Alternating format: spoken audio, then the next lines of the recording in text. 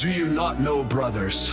For I am speaking to those who know the law, that the law is binding on a person only as long as he lives. For a married woman is bound by law to her husband while he lives. But if her husband dies, she is released from the law of marriage accordingly. She will be called an adulteress if she lives with another man while her husband is alive.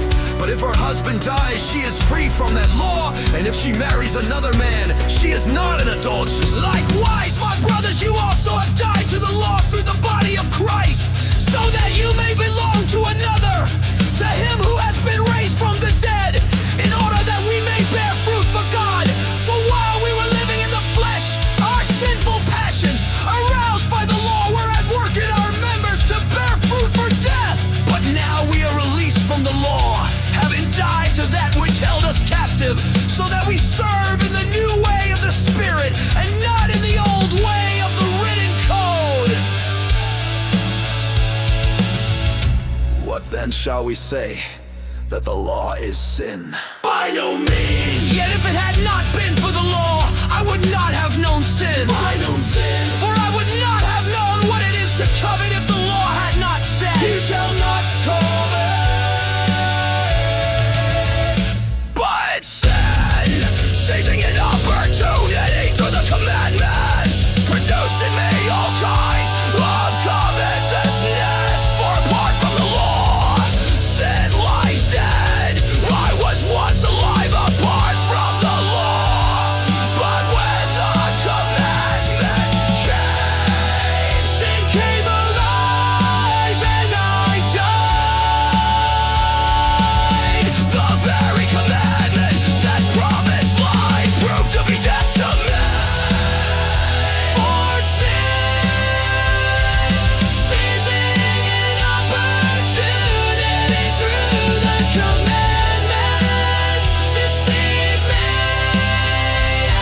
and killed me. So the law is holy, and the commandment is holy and righteous and good.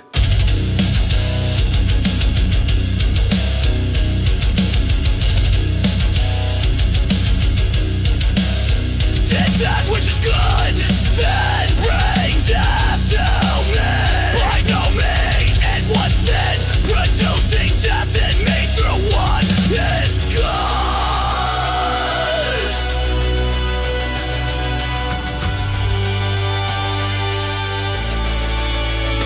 In order that sin might be shown to be sin, and through the commandment might become sinful beyond measure. For we know that the law is spiritual, but I am of the flesh, sold under sin. For I do not understand my own actions. For I do not do what I want, but I do the very thing I hate. Now if I do what I do not want, I agree with the law that it is good. So now it's no longer I who do it, but sin that dwells within me. For I know that nothing good dwells in me. This in my flesh. For I have the desire to do what is wrong, but by nothing ability you carry it out.